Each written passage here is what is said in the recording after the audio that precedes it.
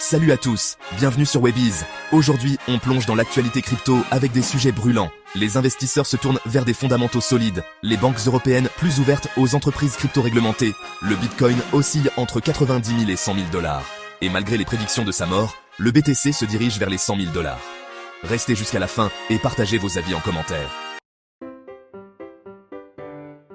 Après une période de forte spéculation sur les mêmes coins, souvent lancés sans utilité réelle, les investisseurs semblent se recentrer sur des altcoins, offrant des fondamentaux solides.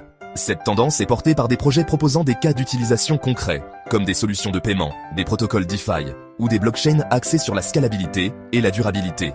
Le marché crypto devient plus mature, avec un déplacement des capitaux vers des projets crédibles. Les mêmes coins, bien que toujours populaires, semblent perdre de l'élan face aux critiques sur leur volatilité et leur manque de valeur intrinsèque.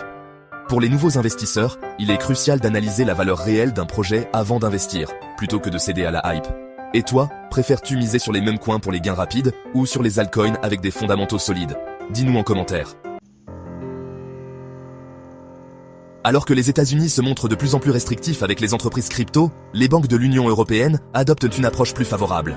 Cette ouverture résulte en partie du règlement MiCA, Markets in Crypto Assets, qui crée un cadre clair pour la régulation des crypto-monnaies.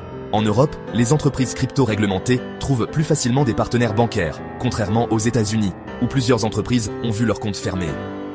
L'Europe se positionne comme un leader potentiel pour les entreprises crypto, grâce à des régulations claires. Les États-Unis risquent de perdre leur rôle de centre d'innovation en matière de crypto-monnaie, si leurs restrictions persistent. Pour les entreprises et investisseurs, l'Europe devient un terrain de jeu plus sûr et attractif. Pensez-vous que l'Europe pourrait surpasser les États-Unis dans l'adoption des cryptos grâce à ces régulations? Partagez vos idées en commentaire. Le Bitcoin vit actuellement une phase de consolidation, oscillant entre 90 000 et 100 000 $.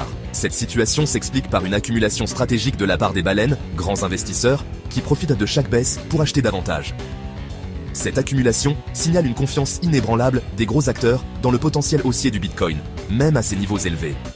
La volatilité actuelle est principalement due à la prise de profit par certains investisseurs et à l'accumulation par les baleines. Tant que le BTC reste au-dessus de 90 000 $, le sentiment global du marché reste haussier. Pour les petits investisseurs, il pourrait être judicieux de suivre l'exemple des baleines et de ne pas paniquer lors des corrections. Les baleines achètent encore du Bitcoin. Et toi, tu penses que c'est le bon moment pour accumuler? Fais-le nous savoir en commentaire. Depuis sa création en 2009, le Bitcoin a été déclaré mort pas moins de 415 fois par les médias traditionnels. Pourtant, il continue de déjouer les pronostics. Aujourd'hui, il s'approche des 100 000 $, porté par une adoption croissante, que ce soit par les institutions ou les particuliers. Le Bitcoin reste une valeur refuge face à l'inflation et aux crises financières, consolidant son rôle comme une nouvelle réserve de valeur. Les critiques du Bitcoin ont souvent tort. Son adoption et sa résilience renforcent sa position. Les 100 000 $ ne sont plus une utopie, mais un objectif réaliste à court terme. Le Bitcoin continue de gagner en crédibilité en tant qu'actif stratégique dans les portefeuilles financiers. On a déclaré le Bitcoin mort 415 fois, et pourtant, il est toujours là. Penses-tu qu'il atteindra les 100 000 $ bientôt? Réponds en commentaire. Ces actualités montrent une chose. Le marché des crypto-monnaies continue de se développer, mais il devient aussi plus complexe. Que ce soit dans le choix des altcoins, les évolutions réglementaires, ou la gestion des cycles de prix du Bitcoin, il est essentiel d'avoir une vision à long terme et de rester informé. Quelle stratégie adoptez-vous en ce moment pour le marché crypto? Préférez-vous investir dans des projets innovants ou dans les leaders établis comme le Bitcoin et l'Ethereum?